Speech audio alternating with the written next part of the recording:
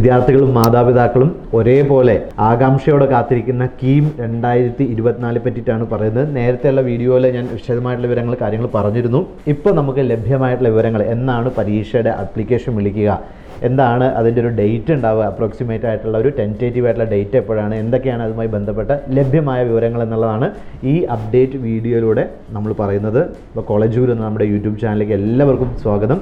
ഇതുവരെയും നിങ്ങൾ സബ്സ്ക്രൈബ് ചെയ്തിട്ടില്ല എങ്കിലും തീർച്ചയായിട്ടും സബ്സ്ക്രൈബ് ചെയ്യാം, ബെൽ ഐക്കൺ അമർത്താൻ മറക്കരുത്. ഇതുമായി ബന്ധപ്പെട്ട അപ്ഡേറ്റ്സുകൾ നിങ്ങൾക്കൊരു പ്രോംപ്റ്റായിട്ട് കിട്ടണമെന്നുണ്ടെങ്കിൽ തീർച്ചയായിട്ടും ബെൽ ഐക്കൺ കൂടെ അമർത്തിയിരിക്കാൻ ഓർമ്മിപ്പിക്കുകയാണ്. അപ്പോൾ കീം 2024 ഓൺലൈനായിട്ടായിരിക്കും ഇപ്രാവശ്യം നടത്തുക എന്ന് പറഞ്ഞിരുന്നു. അപ്പോൾ ഇതിൻ്റെ ഒരു ടെൻറ്റേറ്റീവ് ആയിട്ടുള്ള ഡേറ്റ് നമ്മളിപ്പോൾ മനസ്സിലാക്കുന്നത് മെയ് 15 ശേഷമുള്ളൊരു 10 ദിവസങ്ങളായിരിക്കും. അപ്പോൾ നമുക്കറിയാം CUET ഇതേ ദിവസങ്ങളിലാണല്ലോ വരിക എന്നുള്ളത്. നമുക്കറിയില്ല എന്നത്തേക്ക് ആയിരിക്കും ഈ പൊതു തെരഞ്ഞെടുപ്പ് ജനറൽ ഇലക്ഷൻ വരിക എന്നുള്ളത്.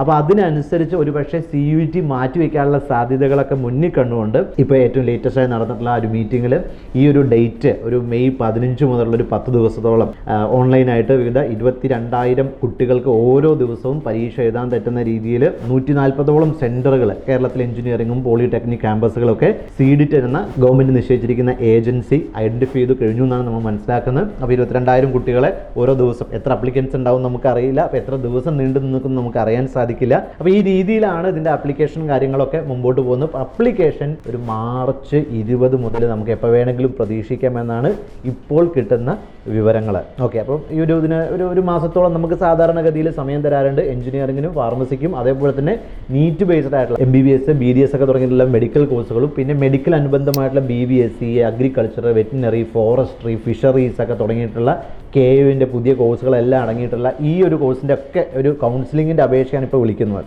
3 മണിക്കൂറുള്ള 150 ചോദ്യങ്ങൾ ചോദിക്കുന്നതായിരിക്കും. അതിനകത്ത് 75 ചോദ്യങ്ങളും മാത്തമാറ്റിക്സിൻ്റെ ആയിരിക്കും. 45 ചോദ്യങ്ങൾ ഇതിനകത്ത് നമുക്ക് ഫിസിക്സിൻ്റെ പ്രതീക്ഷിക്കാം. 30 ചോദ്യങ്ങൾ കെമിസ്ട്രി ഉണ്ടാവും. അപ്പോൾ ഇങ്ങനെയാണ് എഞ്ചിനീയറിംഗിൻ്റെ വരിക. ഇപ്പോൾ ഇത് എടുക്കുന്ന ആളുകൾക്ക് ഓപ്ഷനലി അവർക്ക് ഒരു ഫാർമസിയുടെ എൻട്രൻസ് റാങ്ക് ലിസ്റ്റിലും അവർ വരും. ഇനി ഫാർമസി മാത്രം നോക്കുന്നുള്ളതെങ്കിൽ 75 ചോദ്യങ്ങളുള്ള ഒരു അവസാന ദിവസങ്ങളിൽ ഇതിന് വേറെ തന്നെ ഒരു പൊതു എക്സാമായിട്ട് ഈ ഓൺലൈൻ വഴി തന്നെ നടത്തുന്നതായിരിക്കും. അപ്പോൾ ഇതുവഴിയായിരിക്കും അത് മാത്രം അപേക്ഷിക്കുന്ന ആളുകൾക്കുള്ള ഒരു എൻട്രൻസിൻ്റെ റാങ്ക് ലിസ്റ്റ് തയ്യാറാക്കുന്നത്. മാത്രമല്ല വിവിധ ദിവസങ്ങളിലായതുകൊണ്ട് തന്നെ ഒരു പേഴ്സൻറ്റേജ്, നമ്മൾ JEE ഒക്കെ മോഡലുള്ള ഒരു പേഴ്സൻറ്റേജ് രീതിയിലായിരിക്കും നോർമലൈസേഷനും മറ്റു കാര്യങ്ങളൊക്കെ ചെയ്തിട്ട് റാങ്ക് ലിസ്റ്റ് ഉണ്ടാക്കുന്നത്. ഓക്കെ, അപ്പോൾ മാർച്ച് 20 ശേഷം നമുക്ക് കീമിൻ്റെ അപേക്ഷ പ്രതീക്ഷിക്കാം.